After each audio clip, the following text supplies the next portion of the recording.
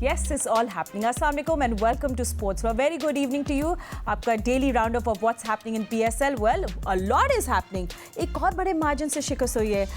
कल एक और मैच खेला गया जिसमें हम लोग ने देखा कि इस्लामाबाद यूनाइटेड ने पेशावर ज़ल्मी को 102 रन से शिकस्त दी थी. Courtesy Mr. साहबजादा Farhan, who was just too good to handle and too amazing. उन्होंने 106 रन बनाए from 52 and बहुत और भी चीज़ें थी. मोहम्मद आरिस ने उधर रेजिस्ट करने की कोशिश की फ्रॉम द अदर साइड, मगर उनका कोई साथ नहीं दिया. वो 87 रन बनाए. फिर सब्स्टिट्यूट थे नवाज जिन्होंने 4 कैचेस लिए in the deep. So it all went down yesterday's match. But Sahibzada Farhan came with a plan और उनकी ज़बरदस्त और प्रोडक्टिव शॉट्स हम आपको दिखाएंगे. वैगन व्हील में हम बात करेंगे. This amazing strike rate. क्या प्लान था उनका, हमारे एनालिस्ट हमें बताएंगे. But just before that congratulations to our girls as well. हमारी पाकिस्तान विमेन टीम की भी बात करेंगे क्योंकि ICC women's world cup qualifier चल रहा है. पाकिस्तान में ही चल रहा है और पाकिस्तान विमेन जो है अब they are going to make it to the world cup इंशाल्लाह. बस 2 और मैचेस उनके रहते हैं, मगर ये कल का मैच खेला गया पाकिस्तान विमेन और वेस्ट इंडीज़ विमेन के दरमियान, जिसमें पाकिस्तान ने ये मैच जीत लिया. And Sidra Ameen was the women of the match with her 54.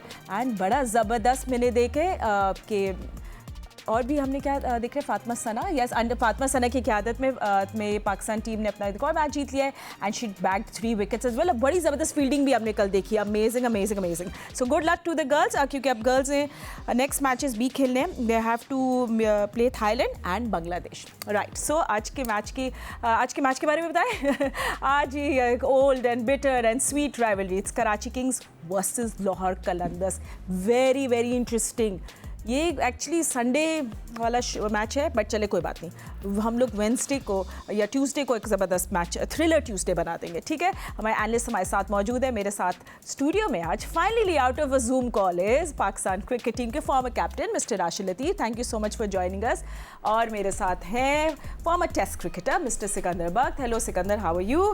And मेरे साथ वीडियो कॉल पर मौजूद है test cricketer Fawad Alam and test cricketer Ahmed Shehzad. Thank you so much gentleman for joining us. Rashid भाई, सबसे पहले आपके पास आते हैं. कल साहबजादा फरहान के बारे में हम अगर बात नहीं करें तो ऑफ कोर्स सब बात कर रहे हैं, तो हमें भी ज़रूर करनी चाहिए कि वो एक प्लान के साथ आए. वो सिर्फ बैट नहीं कर रहे थे, कोई हमें ऑर्डिनरी शॉट्स नहीं दिख रहे थे. वो एक प्लान के साथ आए थे कि I want to build this innings and with that strike rate. किस तरह उन्होंने उस स्ट्राइक रेट को भी बिल्डअप किया. अमेजिंग. लेकिन लास्ट 4 ईयर से काफ़ी परफॉर्म कर रहे हैं और 4 लगातार सालों में उन्होंने नंबर 1 बैटर रहे वो T20 के इवेंट्स के. और शुरू के 2 साल में जो देखा 130 से 131 का इनका स्ट्राइक रेट था. लास्ट ईयर उसको 180 तक लेके जा चुके थे और इस दफ़ा 195 पे लेके गए हैं. इम्प्रूवमेंट है, इस प्लेयर की बहुत ज़्यादा इम्प्रूवमेंट है और मौका मिलना चाहिए इनको क्योंकि लास्ट 4-5 ईयर्स के परफॉर्म करना नॉट ईजी. नंबर 1 पे रहना और इनकी जगह आके कोई 2-4-8 मैच खेलने के बाद इनकी रिप्लेसमेंट मिल जाती है, वो मेरे ख्याल से वो गलत बात है. तो वो इम्प्रूव किया है.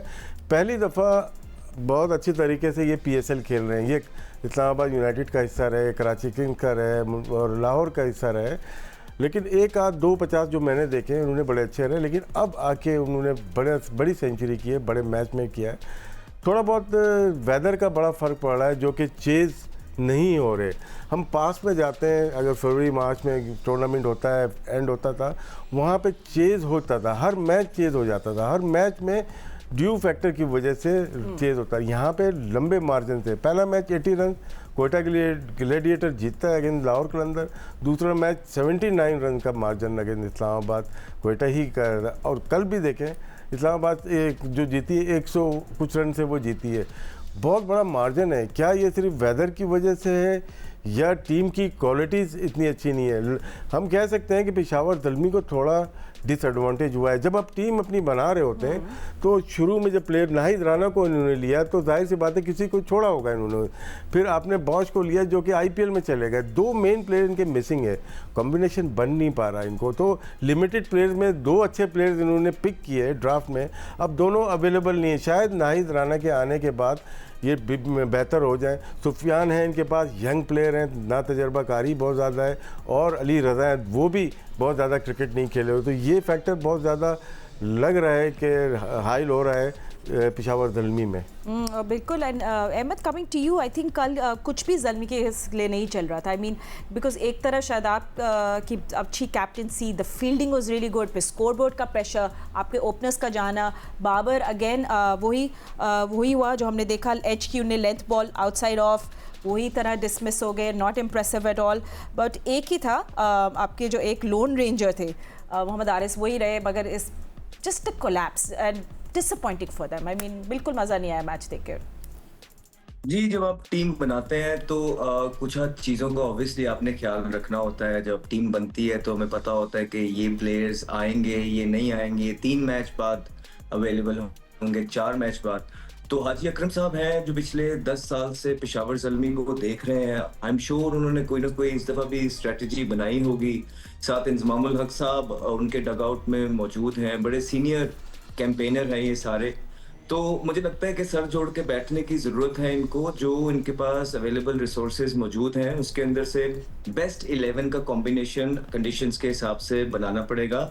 और जो कि हमें नज़र आता है कि ये जो टीम है ये सारी बाबर आजम के इर्द गिर्द बनी हुई है, ये इस तरह का कॉम्बिनेशन बना हुआ है।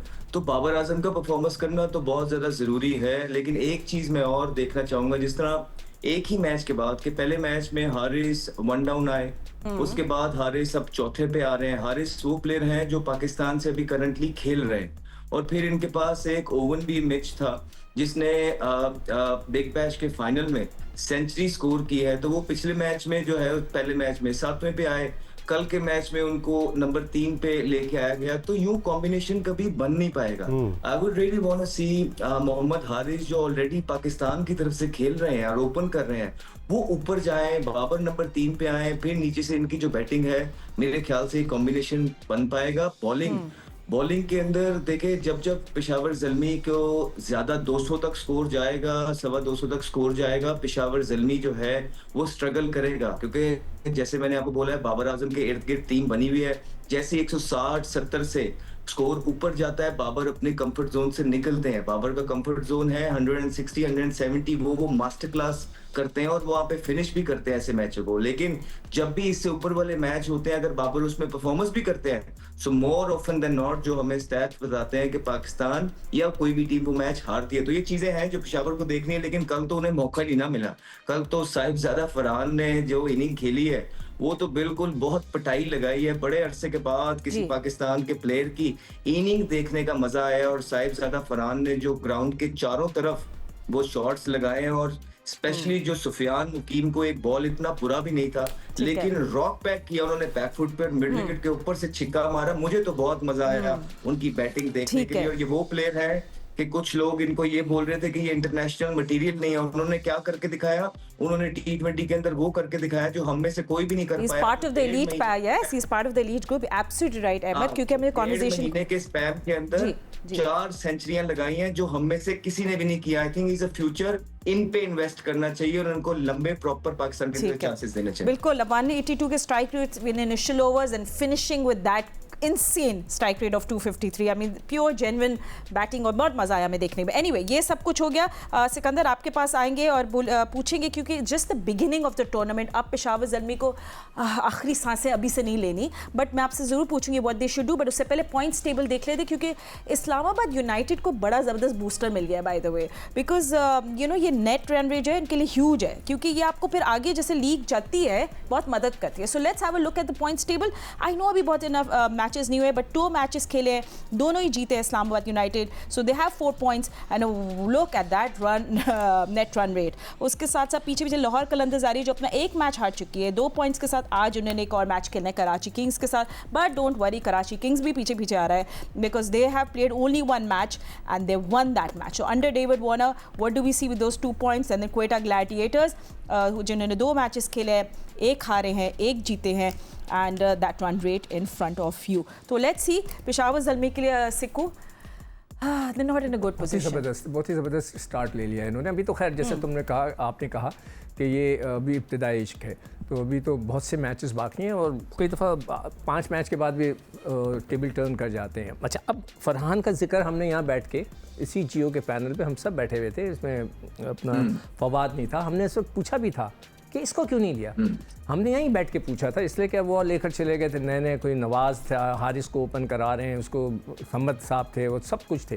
तो हमने उस वक्त भी कहा कि फरहान क्यों नहीं, मगर खैर एनीवे किसी ने नहीं सुनी, उसकी मर्ज़ी। अब मैं पेशावर को एक मशवरा देना चाहता हूँ, इंक्लूडिंग बाबर आजम। देखें बाबर आजम साहब, आपसे रन्स नहीं हो रहे, आप हमारे स्टार प्लेयर हैं, बहुत रन्स किए हैं, आपके एक स्टाइल है, एक क्लास है, आप अपना नंबर नीचे कर दो, एक दफ़ा करके देखो। वो जो लड़का इन्फॉर्म है, जैसे भी शहजाद ने बात की कि अगर हारिस के बल्ले पे गेंद आ रहा है तो let him go up, open करने दो, वो तो चलाते हैं ना, उनका तो स्टाइल है खेलने का, लेट हिम ओपन। आप नंबर 4 पे आएँ, देखें कि आप खेल सकते हैं कि नहीं खेल सकते। अगर ऊपर से एक अच्छा स्टार्ट मिला, आप भी आके खूब चाबुक चलाएं। आपको इस दफ़ा ये करना पड़ेगा। देखिए नया बॉल पे आप स्लिप मारे जा रहे हैं, आप दोनों दफ़ा इस तरह आउट हुए कि आप बैकफुट पे गए, स्लिप लगी है या आपके गली पे कैच हो गए, तो why not change your number. वो मैंने कल कहा था नीचे आ जाए, तो ज़रा राशिद को मजाक में ले गए नीचे आने से मतलब अपना बैटिंग ऑर्डर नीचे कर दे और आके के, ये मेरा एडवाइस है, अब सिंसियर एडवाइस है, और जस्ट राइट। और फिर बाद में देखेंगे क्या होता है। अभी तो बहुत मैच बाकी हैं, आपके 8 मैच बाकी हैं आपके। सही है, बाबर आजम ने बोला माई थिंक टैंक जो है बड़ी लेजेंड्स की है और बड़े ब्रिलियंट क्रिकेटर्स हैं जो हमें गाइड कर रहे हैं। और कभी कभार होता है PSL है कि यंगस्टर्स जो है वो फॉल्टर करते हैं अंडर प्रेशर। कौन कौन है वो आप बताएं ना, हम मुझे नहीं इंजमाम वो जिक्र कर रहे हैं ना, नहीं हम लोग नाम अभी नहीं ले रहे किसी का, पता है ना। नहीं वो बैठे हैं, बताओ इंजमाम। आगे भी बात करना, नहीं वो थिंक टैंक की बात कर रहे हैं, इंजमाम भी बैठे हैं, वो भी बैठे हैं। बैटिंग कोच जेम्स फॉस्टर हैं और चैपल इनके फास्ट बॉलिंग कोच हैं, इंजमाम प्रेसिडेंट हैं, कोचिंग का नहीं है। बात तो करते होंगे। मुश्ताक अहमद इनके स्पिन बॉलिंग कोच हैं, जो कि बांग्लादेश के भी हैं और PCB के भी कंसल्टेंट हैं बॉलिंग के। तो 3 जगह एक तरह से काम करना वो बहुत ज़बरदस्त है। ऐसे कोच हमें और चाहिए। ठीक है, और शादाब ने कहा कि हम एक डेटा ड्रिवन टीम है। Will talk more about that, but हम एक ब्रेकिंग न्यूज़ के लिए जाना, will see you in just a moment. Fawad से बात करेंगे। Welcome back after the break. इससे पहले हम लोग कराची किंग्स और लाहौर कलंदर्स के इस बिग क्लैश के बारे में बात करें। फवाद आलम हमारे साथ हैं, and let's talk about one more thing for Peshawar Zalmi. And I think Fawad आपसे हम यही पूछेंगे कि पेशावर ज़ल्मी को रहने के लिए इस टूर्नामेंट में क्या करना पड़ेगा। जिस तरह सिकंदर ने कोई तो एडवाइस दे दी कि भाई आप हारिस से ओपन करा दें, बाबर आजम 1 डाउन आ जाए। Do you have any suggestions for Peshawar Zalmi? देखिए पहली सजेशन तो यही है कि पेशावर ज़ल्मी को टॉस जीत के बैटिंग करनी चाहिए। प्योर एंड सिंपल है कि विदाउट प्रेशर वो बैटिंग करें। आई थिंक वो जब वो 180, 190 या 200 भी करेंगे तो उनके बाद चांस होगा उनको जो है दूसरी टीम को रोकने का। इधर अगर 200 बन रहा है तो वो 140 भी नहीं कर पा रहे, तो उनकी टीम स्ट्रगल कर रही है। तो इसमें उनको थोड़ी सी अपनी ये चीज़ चेंज करनी पड़ेगी। ज़रूरी नहीं है क्योंकि इस्लामाबाद देखें वो चेस करने जाती है क्योंकि उनकी बैटिंग लाइनअप ही ऐसी है कि वो चेस कर सकते हैं, इसलिए वो चेस को तरजीह देते हैं।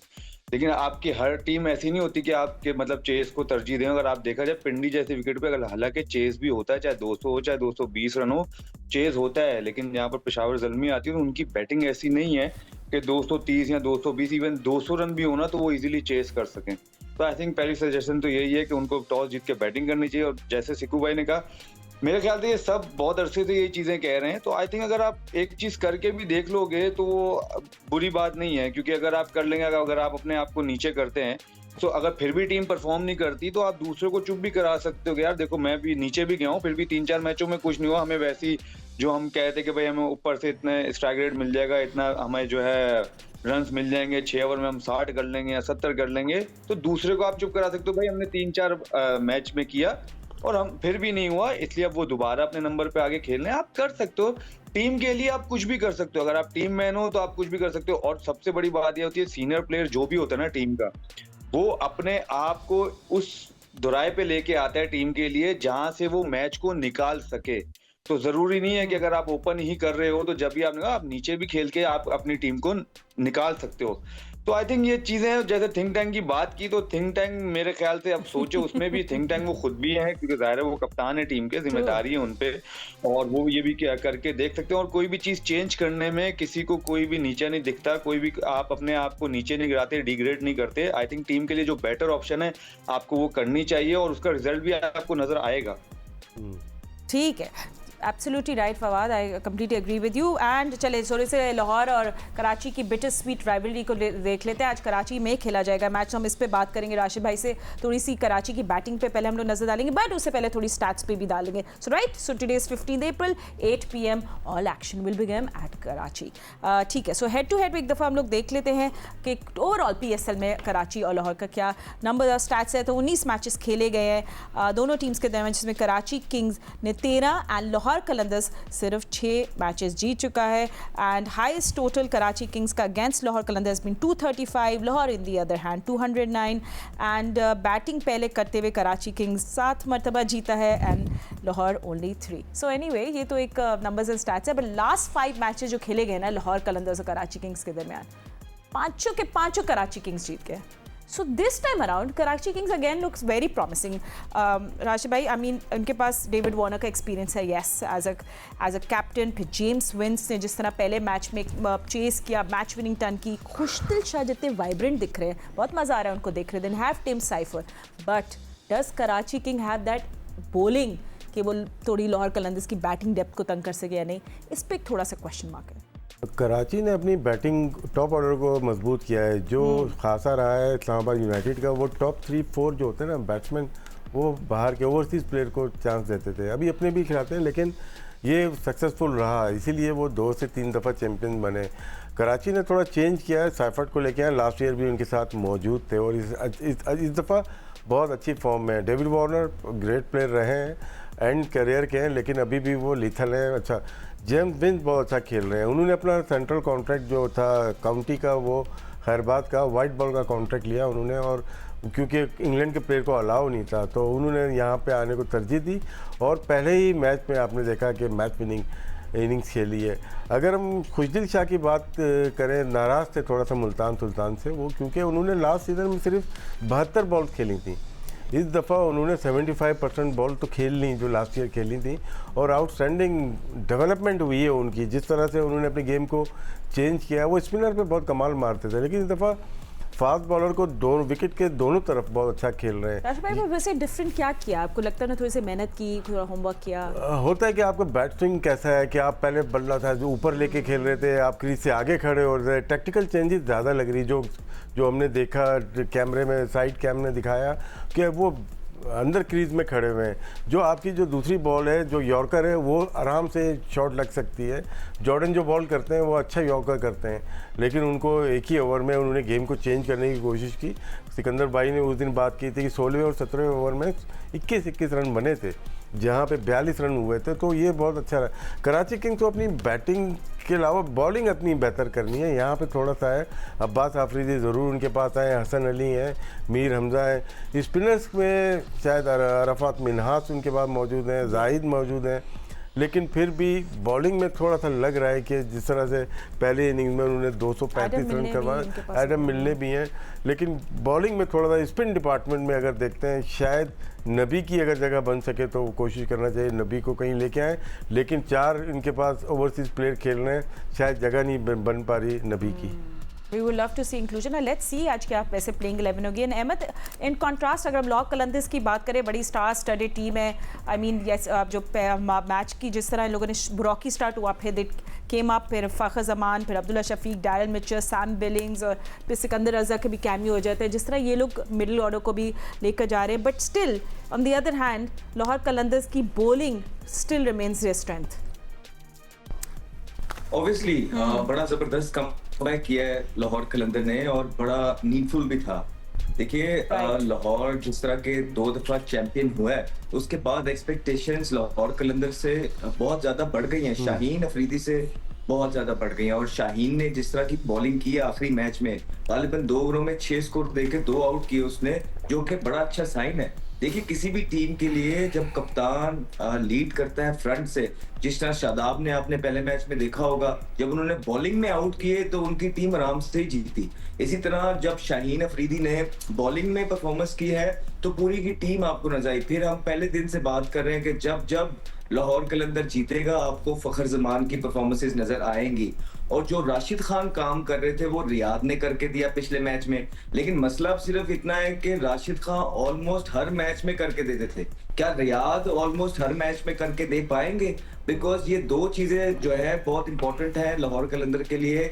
एक तो टॉप ऑर्डर पे फखर जमान, दूसरा मिडिल ऑर्डर में विकेटें लेना और कंट्रोल करना रन्स को, जो कि राशिद खान करता था। तो एक अच्छा स्टार्ट हो गया, बहुत जरूरी था दूसरा मैच जीतना, and kudos to them. Hopefully वो इसी तरह की क्रिकेट प्रोड्यूस करते रहे और लाहौरियों को एंटरटेन करते रहे। Sikandar and also Abdullah Shafique, I mean वो जो एक्सपीरियंस आ रहा है उनका, इज़ अ गुड ओपनर।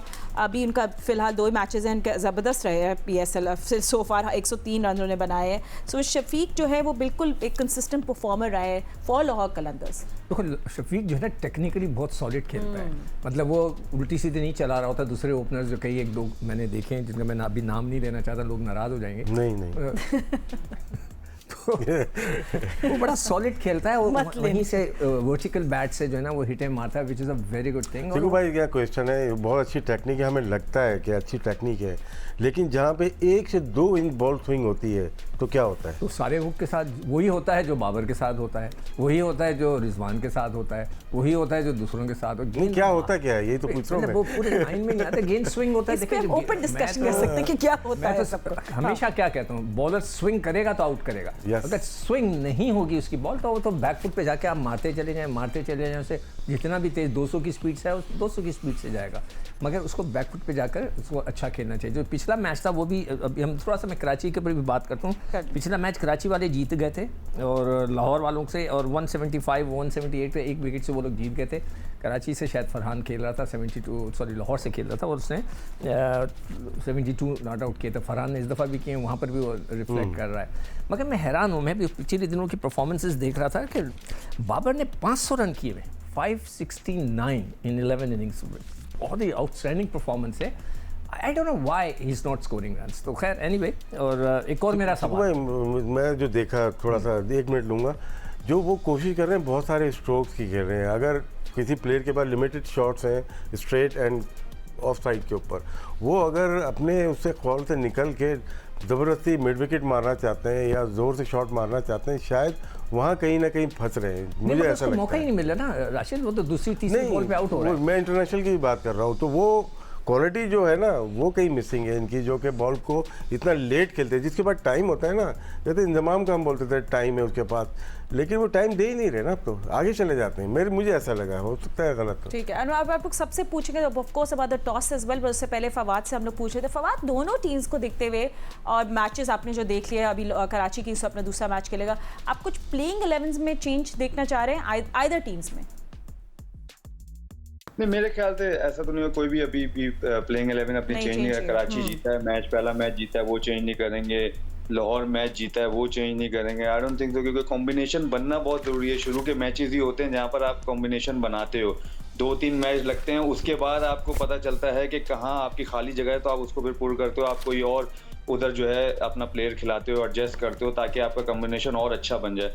तो जहाँ तक अगर लाहौर और कराची की टीम में देखें, बैलेंस साइड हैं दोनों, और विंस ने रन किए हुए हैं। विंस हमेशा स्ट्रगल कर रहा है शाइन के खिलाफ, उन्होंने हमेशा स्ट्रगल किया है। तो आज विंस की विकेट और शाइन की बॉलिंग भी देखने में मज़ा आएगा। बाकी जो लाहौर की हम बात कर रहे हैं, हम फ़खर की बात कर रहे हैं, लेकिन इस दफ़ा उनके पास नीचे सैम बिलिंग्स भी हैं।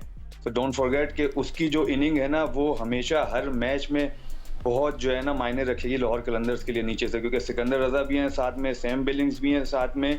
तो आई थिंक वो जो पार्टनरशिप है, पावर पैक है ना, जो अगर वो 40-50 बॉलें, अगर 40 बॉलें भी खेलते हैं वो दोनों मिलके, तो आराम से वो 80-90 रन कर सकते हैं लाहौर के लिए दोनों मिलके। तो आई थिंक बैटिंग अच्छी है, ज़बरदस्त है। कराची की बॉलिंग में थोड़ी सी प्रॉब्लम्स हैं ना। अगर आप लाहौर को देखें, लाहौर की बॉलिंग अच्छी है, नाम वाइज भी, पेपर वाइज भी देखें, और वैसे भी ओवरऑल भी देखें। कराची में देखें, हर मैच में आप 234 या 200 रन प्लस चेस नहीं कर सकते, चाहे आपकी जैसी भी बैटिंग हो, बहुत बड़ी बैटिंग हो, फॉर्म में भी हो, 200 का प्रेशर अलग होता है। बट कराची को बॉलिंग में थोड़ा सा जो है ना टफ टाइम मिलने वाला है। अगर वो बॉलिंग इंप्रूव करेंगे तो कराची इस दफ़ा खास तौर पे अच्छी टीम और अच्छी बैलेंस टीम जो है ना नज़र आ रही है। क्योंकि आप देखें, शान मसूद, हम नंबर्स की बात कर रहे हैं, आई थिंक वो पाकिस्तान से जो है वो 4 नंबर खेलने, तो शान मसूद 4 नंबर ही आए हैं बैटिंग करने, तो आई थिंक वही है कि उनको पता है कि मैंने ऊपर किस नंबर पे खेलना है, तो वो इधर अपनी फ्रेंचाइज से भी 4 नंबर, फ्रेंचाइज उसको 4 नंबर खिला रही है। तो यही होता है बैलेंस अपनी बनाने, कॉम्बिनेशन बनाने के लिए कि जहां पर आपने ऊपर जाके भी जिस नंबर पे बैटिंग करनी है तो फ्रेंचाइज से भी आप उसी तरह करें ताकि उनको भी फायदा हो और ऑन अ सेम टाइम आपको भी फायदा हो। जब आप ऊपर जाएं, जाहिर है ओपन आप करते हैं एकदम से, फिर आप नीचे खेलोगे तो आसान नहीं होता। जैसे हम साहिबजादा फरहान की बात कर रहे हैं कि 4-5 साल से परफॉर्म कर रहा है, वो बीच में उसको मौके मिले हैं, फ्रेंचाइज से भी मौके मिले हैं, बट उनको 4 number, 5 number, 3 number, even Pakistan से भी जब उनको चांस मिला तो इस तरह मिला है उनको चांस। जो आप एक ओपनर है, अब इन्होंने जो 400 किए हैं वो ओपन किए, ना 3 नंबर किए, ना 4 नंबर किए, ना 5 नंबर किए। साहिबजादा फरहान भी ऐसे हैं जो राशिद भाई इनकी जो है स्ट्राइक रेट की बात कर रहे हैं, वो स्ट्राइक रेट इसलिए इनका ऊपर नहीं जा रहा था क्योंकि वो नीचे खेल लेते हैं। रीजन से वो ओपन करते हैं, फिर आप फ्रेंचाइज या पाकिस्तान से जाके नीचे खेलते हो। मिडिल ऑर्डर एक डिफरेंट जो है आपकी जो है ना वो है, आप डिफरेंट प्लेयर होता है जो मिडिल ऑर्डर में स्टाइल उसका अलग हो जाता है, करता है। ओपनर आके मिडिल ऑर्डर में सेट नहीं हो सकता, वो बहुत मुश्किल होता है, स्ट्रगल करता है, जो कि हमें नजर आती है। तो यही चीज है कि आप जिस नंबर पे जो बंदा रन्स करे ना, कहीं से भी करके आए, तो फिर उसको जब आप ऊपर भी चांस दो तो आप उसी नंबर पे दो, और उसी नंबर पे दो। जैसे दूसरों को 15 चांसेस देते हो तो एटलीस्ट कोई 400 कर रहा है तो इस मींस कि उसमें कोई पोटेंशियल है, तो उसने 400 किए हैं। तो आई थिंक उसको भी 8-10 चांस दो तो वो अच्छी चीज है। पाकिस्तान के लिए भी अच्छा हो सकता है, इंडिविजुअल उसके लिए भी अच्छा हो सकता है, फ्रेंचाइज के लिए भी अच्छा हो सकता है, और फ्यूचर में पाकिस्तान के लिए बहुत अच्छा होगा। नेचुरल पोजीशन पे खेलना, जल्दी से that's मैं what- जो हाँ। उसने फवाद ने बात की, मैं इसको इंडोर्स करूंगा कि जो प्रॉब्लम चल रही है ना हमारे बैट्समैनों के साथ, चाहे वो खुशदिल हो दूसरे हो, उनको अपनी जगह पे खिलाया नहीं गया है। 2 लड़कों ने अपनी एक जगह पकड़ी हुई थी ओपनर की, कोई लड़का उधर सेटल नहीं हुआ, किसी को उन्होंने सेटल नहीं करने दिया, हर जगह वो खुद ही खेल रहे हैं। और जो ये फवाद बात कर रहा है वो बिल्कुल सही कह रहा है, Absolutely. जो लड़का जो ओपन है तो उसको ओपन कराओ, जो 1 डाउन है तो उसको 1 डाउन कराओ। अच्छा, यहाँ पर मैं लाहौर को एक मशवरा देना चाहता हूँ। चले नईम साहब, आपने एक नईम साहब को खिलाया है, प्लीज फवाद भी कुछ कहना चाह रहे हैं, एक से सेकंड अब्दुल्ला को ओपन कराएं आप। फवाद आपके नईम पास साहब वही लग रहे हैं कि वो जो टेप बॉल के प्लेयर हैं वो लगते हैं, तो आप अगर अपनी टीम को और मजबूत करना चाहते हैं तो अब्दुल्ला को ओपन कराएं और नीचे से किसी और स्ट्रॉन्ग बैट्समैन को, ऐसे ऑलराउंडर को अंदर डालें। ये मेरा लाहौर को अच्छा, मशवरा है। फवाद कुछ कहना चाह रहे थे, फिर हम लोग जरा और भी बातें करते हैं जी।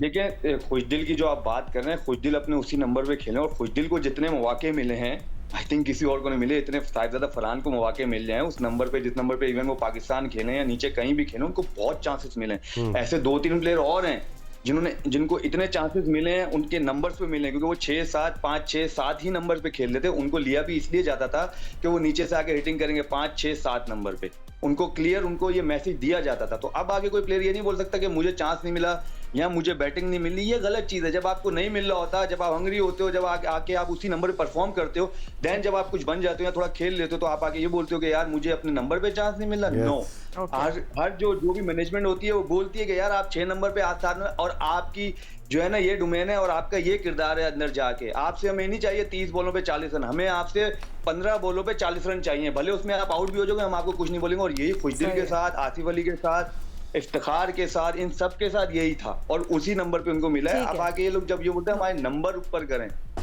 मगर फवाद देखो, एक लास्ट एक आधा मिनट, फवाद देखो उसमें भी अगर आपको याद हो, इनके ऊपर जो है शादाब खुद चले जाया करते थे, इससे ऊपर शाहीन खुद ऑलराउंडर बन गए थे ना, वो भी ऊपर चले गए। This is a conversation for another day, किसी और दिन हम जरूर करेंगे, बट एक बहुत दिलचस्प कन्वर्सेशन जो एक साइड पे होनी चाहिए, वो हमारे ओपनर्स हमारे पास बहुत सारे आ गए अब T20 पे, तो what will be your choice of openers? I think आप सबसे इस पे जरूर हम आगे जाके बात करेंगे। बट राशिद भाई, पिच एट नेशनल स्टेडियम आपको पता है स्लो डाउन तो नहीं होगी, वेट टाइम, सो टीम जो टॉस जीते they should ball first maybe, batting पहले करें, अच्छी हो रही है। और फवाद अली शायद फास्ट बॉलर, लास्ट इनिंग्स में मैंने देखा था अच्छी तेज़ बॉलिंग कर रहा था वो कराची को, वो नया बॉलर इस वक्त तेज़ है, वो देखना चाहेंगे कैसी बॉलिंग आज करता है। ठीक है, Sikandar, what do you say about the toss? अभी तो जो ट्रेंड जो चल रहा है ना, वो हर कोई टॉस जीत के ना फील्डिंग कर रहा है, थोड़ा चेंज करके देख ले, उसमें कोई मुज़ायका नहीं है। हमेशा देखें, एक जैसे मैंने बाबर को मशवरा दिया कि आप नीचे आके बैटिंग कर लो, 4 पे 5 पे आके करो, आके मारो,